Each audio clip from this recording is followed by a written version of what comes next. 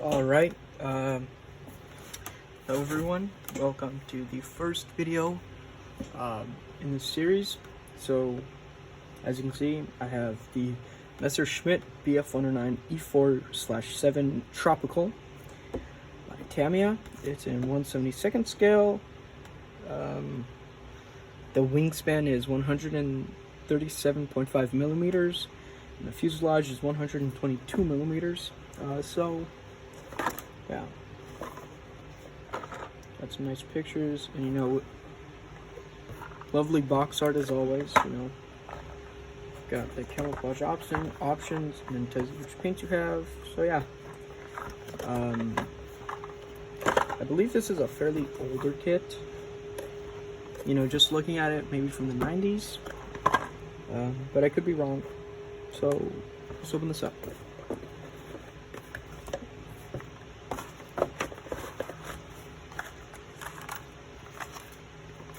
So you've got the typical Tamiya instructions. Pretty simple.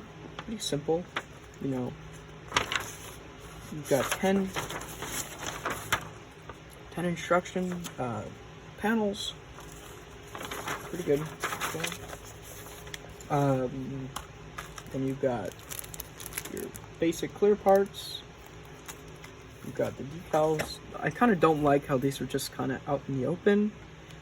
They didn't have like the protective sheet that's usually on them, but I mean, looking at them, they still look very fine. So this kit also comes with a display stand, which is very convenient if you don't have a lot of space. But I think I'll do this one with the wheels down.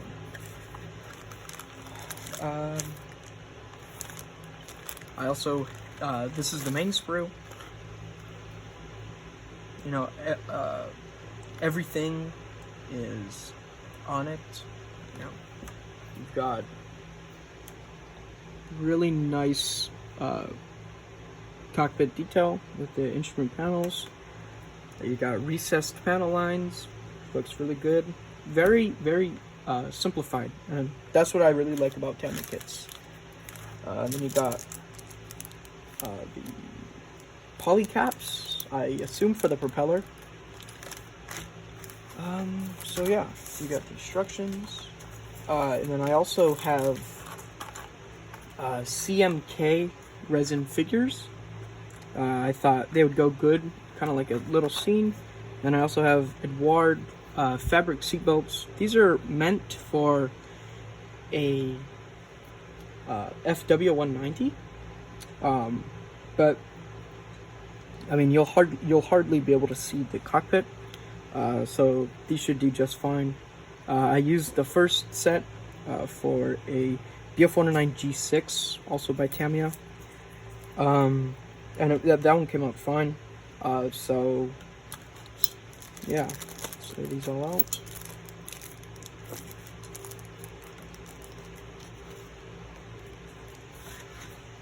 So yeah.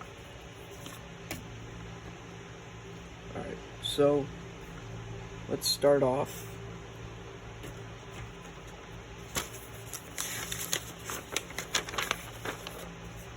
Alright, let's put these to the side.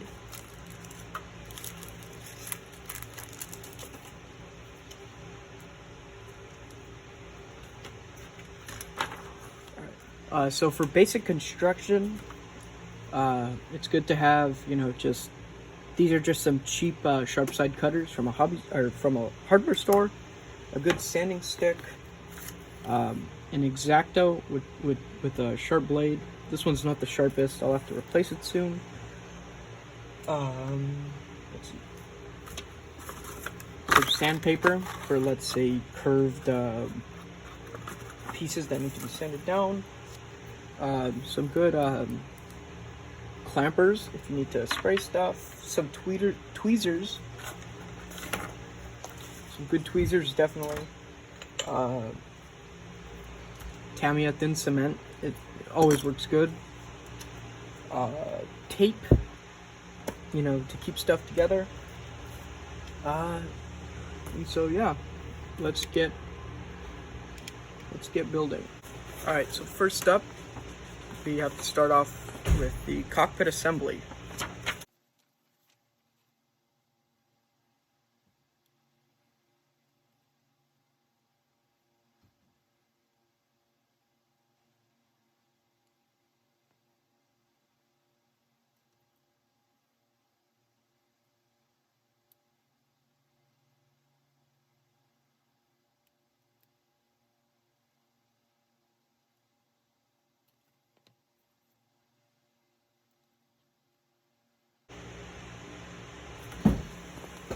So as you can see, it's got the control panel has really nice details, and hopefully the decals, conform to that too.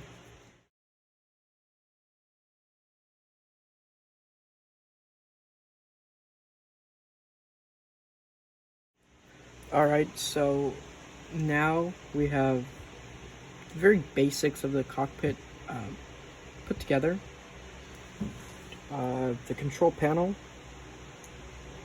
kind of just fits in right there. So now we paint this. So for painting, I just use a cheap Master airbrush.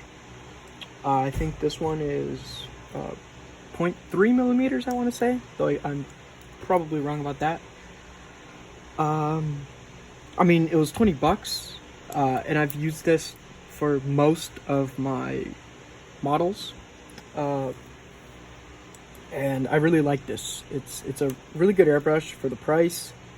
So yeah, let's get painting. So I have the main cockpit area clamped onto this. Now, the cockpit calls for looks like 2 different colors, and one of them I'd have to mix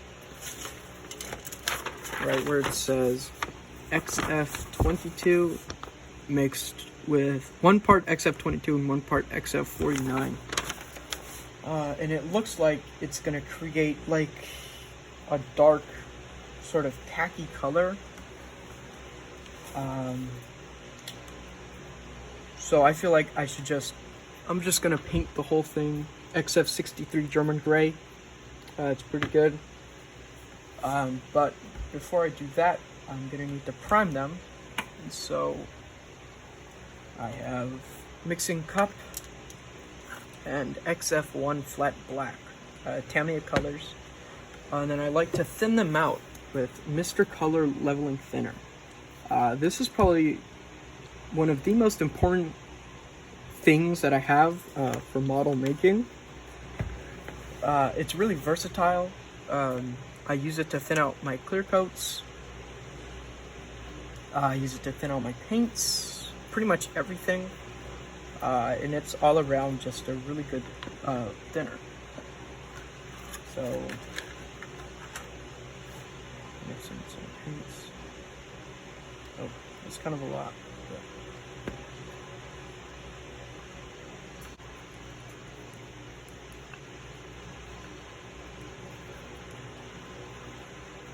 So you gotta mix it up good.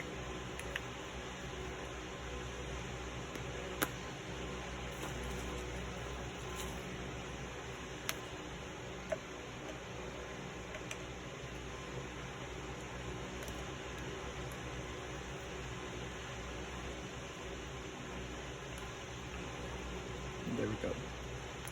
So it should have the consistency of milk. And if it's a bit thinner, like if it has the consistency of water, you can just kind of add more paint to it. But as you can see, this is kind of water, so I'm gonna have to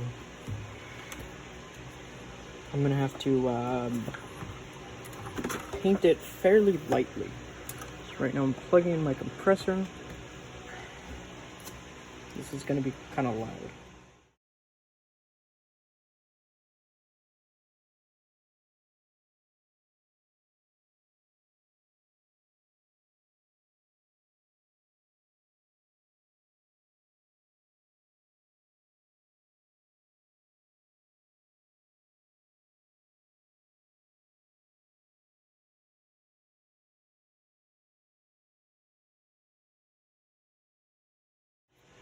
Alright, so now that the initial painting of the control panel is done,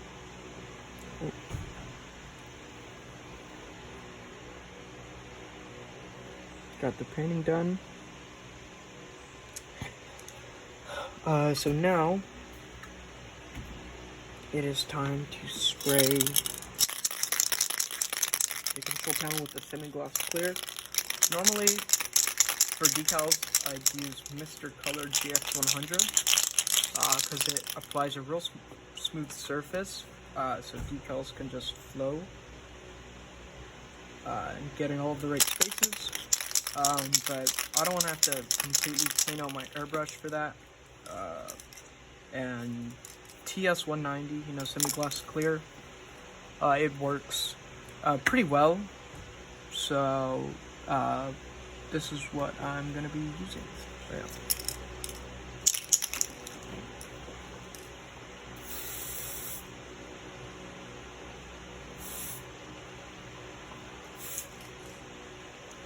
There we go. So sprayed that.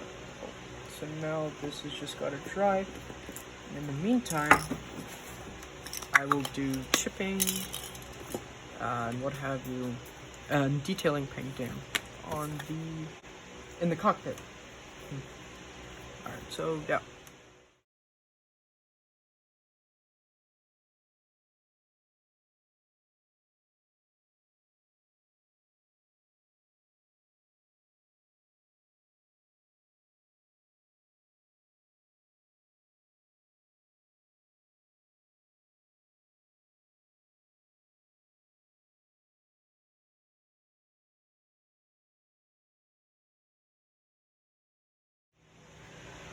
Alright, so got the cockpit pretty much done. Still need to paint the control stick. I dry brushed it, and it kind of gives it like a subtle weathered effect. This should still be drying. So pretty much all of the boring stuff, and I'll come back. I'll start the camera again when this is all done. So yeah. Alright, so I have the bottom half of the cockpit completed. You see the seat belts look pretty good. Did some chipping. I might have gone a bit overboard, but that's gonna hardly be seen. Painted the two sides, as you can see. I did the control panel as well. This one looks really good. I like how it came out. And then right now I just painted the, oh, that's gonna be hard to see, the gun sight. So that's drying. So the cockpit is almost done as of now. And that's gonna be the end of today's video.